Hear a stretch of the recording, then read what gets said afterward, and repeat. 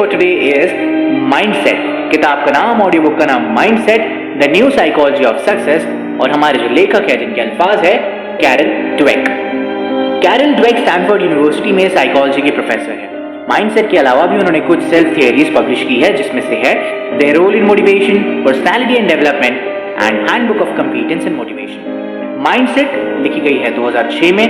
Fixed mindset और growth mindset वाले लोगों के बीच डिफरेंस के बारे में डिस्कस करती है। हमारा माइंडसेट डिटरमाइन करता है कि हम किस तरीके से टफ सिचुएशंस और सेटबैक्स से डील करते हैं, और साथ ही साथ ये भी डिटरमाइन करता है कि इस तरह की सिचुएशंस को डील करने के लिए हमारी विलिंगनेस कितनी है, आत्मशक्ति, इच्छा शक्ति, और हम अपने आप में कितना सुधार ला सकते हैं। यह बुक हमें बतलाती है कि किस तरीके से हम अपने माइंडसेट में बदलाव लाकर अपने गोल्स को अचीव कर सकते हैं। ये किनके लिए है?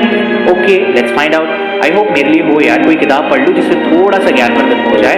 बैक टू द पॉइंट, उन सभी के लिए है जो डिफरेंट माइंडसेट्स के बारे में जानना चाहते हैं और ये जानना चाहते हैं कि किस तरह माइंडसेट हमारे बिहेवियर को इन्फ्लुएंस करता है। उन लोगों के लिए भी है जो ये सीखना चाहते हैं और समझना चाहते हैं कि अपने फुल पोटेंशियल को कैसे रियलाइज करें। Okay, so now officially beginning the journey of this book.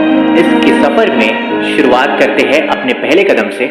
हमारा माइंडसेट हमारे बिलीफ सिस्टम को शेप देता है और हम क्या सीख सकते हैं, हम क्या बदलाव ला सकते हैं और कैसे ग्रो कर सकते हैं, क्या नहीं, ये हमारे बिलीफ सिस्टम पर ही डिपेंड करता है। इसलिए आपका माइंडसेट बेहद अहम है। हमारे स्कल के शेप से लेकर हमारे पैरों के साइज तक हमारे शरीर की फिजिकलिटी शुरू से ही प्रीडिटरमाइंड होती है। बेशक हम प्लास्टिक सर्जरी करवा सकते हैं यार, बहुत सारे लोगों ने करवाया जिनके पास बड़े बड़े नोट हो, या अपनी कोई हड्डी तोड़वा सकते हैं। लेकिन हड्डी तोड़वा सकते हैं, हड्डी कोई तोड़वाता है? अरे बाप रे। लेकिन फिर भी इंसानों को अपने शरीर के फीचर्स पर बहुत कम कंट्रोल होता है, या ट्रू दैट। लेकिन हमारी इंटेलेक्चुअल और फिजिकल एबिलिटीज जैसे फुटबॉल खेलने या मैथ के प्रॉब्लम सॉल्व करने के बारे में क्या? What about them? एक गोल का kick, top corner, 2+2, how do you solve it? आज बहुत ऐसा सीन बन चुका है जहां पर हम ये सोचते हैं कि क्या ये हेरिडिटरी है या हमने सीखे हुए हैं। आज बहुत से साइंटिस्ट इस बात को मानते हैं कि अगर हमें कॉन्सर्ट वायलिनिस्ट बनना है तो ना केवल हमें म्यूजिकल डिपोजिशन की जरूरत है, बल्कि हमें अपने जीवन के कई साल उसकी प्रैक्टिस में, उसके अभ्यास में डेडिकेट तय करने होंगे। फिर भी इस सवाल का जवाब इतना आसान नहीं है यार। दरअसल हम किस तरह से खुद को और दूसरों को देखते हैं, इसमें हमारा माइंडसेट क्रूशियल रोल प्ले करता है। सीधे शब्दों में अगर कहें तो हमारा माइंडसेट ही कुछ पाने या कुछ कर गुजरने के लिए हमारे विश्वास को बनाता है, बिगाड़ता है, और इसलिए हमारी कामयाबी या नाकामयाबी भी हमारे माइंडसेट का बहुत बड़ा हाथ होता है। यह दो एक्सट्रीम्स ही fixed mindset versus growth mindset के कॉन्सेप्ट्स का बेसिक्स बनती हैं। जो लोग फिक्स्ड माइंडसेट के होते हैं वो ये मानते हैं कि कुछ कामों को करने के लिए वे जन्म से ही नेचुरली गिफ्टेड है और they were born to do it, लेकिन दूसरे कामों को करने के लिए इनकेपेबल है। जबकि ग्रोथ माइंडसेट वाले लोगों का मानना होता है कि अगर वे पूरी मेहनत और डेडिकेशन से कुछ करना या सीखना चाहे तो वे किसी भी चीज में एक्सपर्ट बन सकते हैं। इस तरीके से जो लोग ग्रोथ माइंडसेट एक्वायर करते हैं और अपने रिलेशनशिप्स में भी एक्टिवली एंगेज होते हैं, उनके लिए जिंदगी अपने हर रूप में लगातार बदलती रहती है। इसके विपरीत फिक्स्ड माइंडसेट वाले लोग अक्सर ही अपनी ब्लैक एंड व्हाइट सोच के कारण अपने डेवलपमेंट को ऑब्स्ट्रक्ट करते हैं, और ऐसे लोग किसी भी काम में सफल होते हैं तो वो खुद ही दुनिया से छुपाते हैं और या दूसरों को अपनी असफलता के लिए ब्लेम करते हैं। वे अपने रिश्तों को समझने और मेंटेन करने की बजाय हमेशा ही उनमें कानाफूसी, टकराव, तकनीक और हर चीज ढूंढते रहते हैं जो उस रिश्ते को नेचुरल नहीं बल्कि मैकेनिकल की तरफ ढालता रहता है, और उन रिश्तों से प्यार की उम्मीद थोड़ी हट सी जाती है। में किसी भी इंडिविजुअल की एबिलिटीज पर ब्रेक लग जाता है। फिक्स्ड माइंडसेट वाले लोग मानते हैं कि टैलेंट ही सब कुछ है। उन्हें लगता है कि किसी भी व्यक्ति की एबिलिटीज पहले से ही सेट होती है। Really set? No man.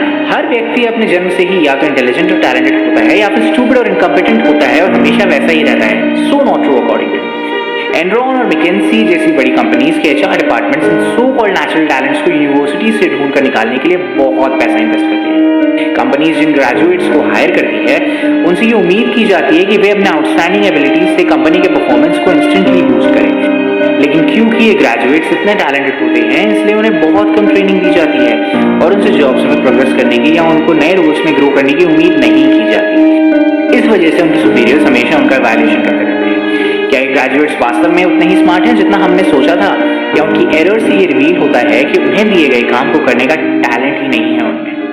Fixed mindset वाले लोग ये सोचते हैं कि जो एम्प्लॉय काम के पहले ही दिन से परफेक्ट नहीं है वे आगे भी कभी भी परफेक्ट नहीं हो सकते हैं। It's way too early to जज मैन, इसलिए उन्हें कंपनी से जल्द जाने दिया जाना चाहिए। फिक्स माइंडसेट वाले लोगों का ये भी मानना है कि वे वही काम कर सकते हैं जिसमें कि वे नेचुरली गिफ्टेड हैं, और प्रैक्टिस करने से परफेक्शन नहीं लाई जा सकती, क्योंकि वे खुद को और दूसरे लोगों को बहुत जल्दी जज करने में अपना वक्त जाया कर देते हैं। किसी चीज में अच्छे हैं या बुरे हैं, वे ये मान लेते हैं कि दूसरे लोग भी उन्हें हर समय जज कर रहे हैं, इसलिए उन्हें जब भी मौका मिले वो यह दिखाने की जरूरत महसूस करते हैं कि वे कितने टैलेंटेड और स्मार्ट है। वे ये मानते हैं कि उनकी पर्सनैलिटी स्टेक पर है। उन्हें लगता है कि उनकी एक भूल उन पर जीवन भर के लिए इनकम्पिटेंट फूल का ब्रांड लगा देगा।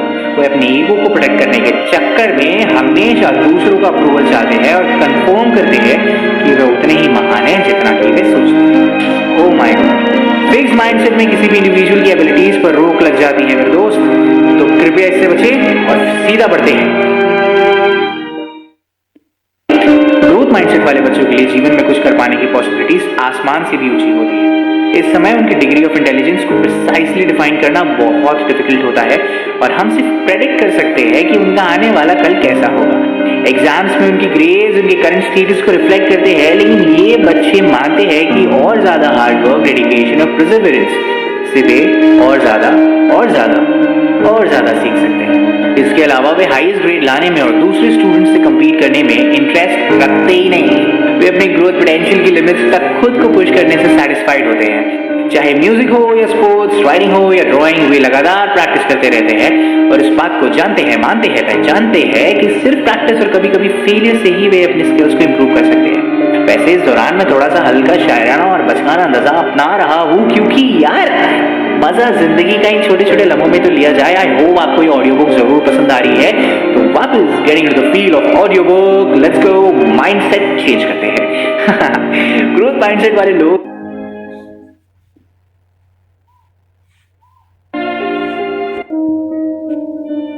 चैप्टर माइंडसेट अक्सर उन रोल मॉडल से इन्फ्लुएंस रहता है जिनको हम बचपन से अपना रोल मॉडल मानते हैं। That's very true, that's very true.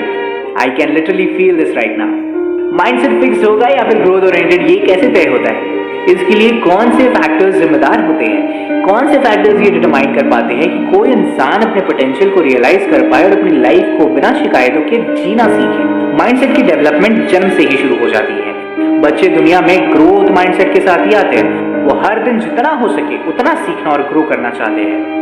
एक बच्चे के एनवायरमेंट में एडल्ट्स और खासकर बच्चे के माता पिता का रोल ये डिटरमाइन करता है कि क्या बच्चा अपनी ग्रो करने के डिजायर को मेंटेन रखता है या इवेंचुअली फिक्स्ड माइंडसेट को अडॉप्ट कर लेता है। सरल भाषा में अगर कहा जाए तो पेरेंट्स अपने माइंडसेट का एग्जाम्पल अपने बच्चों के सामने रखते हैं। जो ग्रोथ माइंडसेट वाले होते हैं वो अपने बच्चों को एनकरेज करते हैं और उन्हें कंटिन्यूअसली सीखते रहने के लिए कहते हैं, जबकि फिक्स्ड माइंडसेट वाले पेरेंट्स हमेशा अपने बच्चों को जज करते रहते हैं और उनसे कहते हैं कि क्या सही है या गलत है, क्या अच्छा है या क्या बुरा है।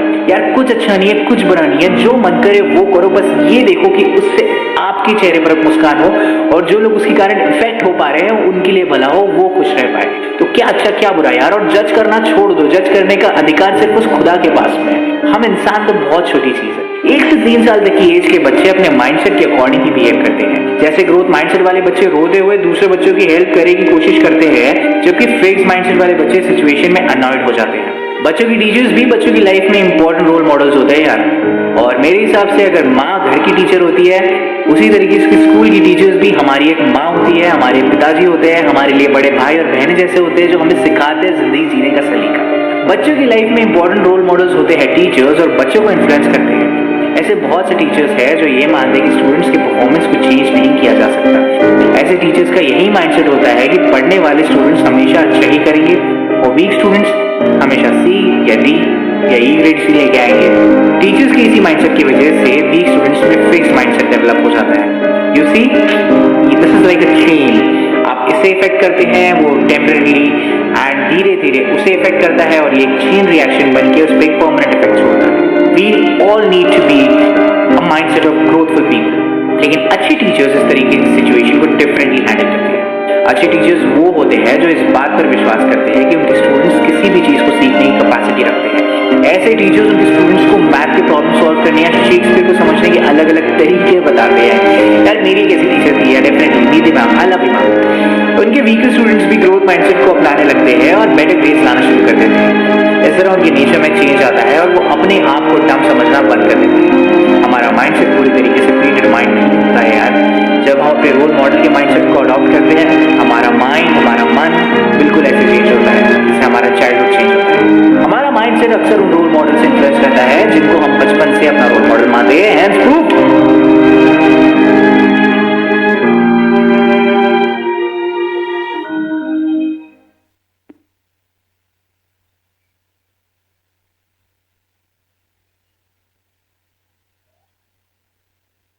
और मिस्टेक्स के बारे में उसे जानने की और अपने गोल्स को अचीव करने के लिए वायबल और कॉन्क्रीट प्लान्स बनाने की अपॉर्चुनिटी मिलती है। हमें ये समझने की भी जरूरत है कि फिक्स माइंडसेट को किक करना या उसे छुटकारा पाना इतना आसान नहीं है, क्योंकि इतने सालों से हमारे साथ चल रहा हमारा फिक्स माइंडसेट हमारा इमोशनल क्रच बन गया है। ये हमें फेलियर से बचाता है, हमारे माता पिता और हमारे पार्टनर्स की नजरों में हमें रिकॉग्निशन दिलाता है और हमारे सेल्फ कॉन्फिडेंस को बूस्ट करवाता है। ये हमें समय समय पर कंफर्ट देता है, इसलिए इसे छुटकारा पाना एक्सट्रीमली डिस्कम्फर्टिंग हो सकता है। असल में फिक्स्ड माइंडसेट को पूरी तरह छोड़ने की जरूरत ही नहीं है। अगर हम कुछ सर्टेन सिचुएशंस में ग्रोथ माइंडसेट के पर्सपेक्टिव को अडॉप्ट करते हैं तो इतना ही काफी है यार। यहाँ तक कि अगर कोई व्यक्ति ये मानता है कि स्पोर्ट्स में पूरी तरीके से खो जाता है और खो जाना चाहिए, तो भी वो अपने काम के लिए हर दिन लीप्स और बाउंड्रीज बना सकता है। किसी भी फील्ड में ग्रोथ माइंडसेट को अडॉप्ट करने से क्रिस्टोफर रीव की तरह इम्पॉसिबल को पॉसिबल बनाने में और जिंदगी को एक नेवर से डाई एटीट्यूड दिखाने में मजा आता है और माइकल जॉर्डन की तरह हमारी टैलेंट्स और एबिलिटीज को इंप्रूव करने में मदद मिलती है। इसलिए अगर आप जीवन में तरक्की करना चाहते हैं और वो ग्रोथ माइंडसेट होना वो जरूरी है, क्योंकि वो ग्रोथ माइंडसेट आपको जीवन जीना नहीं, जीवन के साथ फ्रंट फुट पे बाउंड्री लाइन पे सिक्स मारना सिखाएगा। ग्रोथ माइंडसेट का कोई भी अडॉप्ट कर सकता है और अगर इम्पॉसिबल को पॉसिबल बनाना है तो क्रिस्टोफर रीव की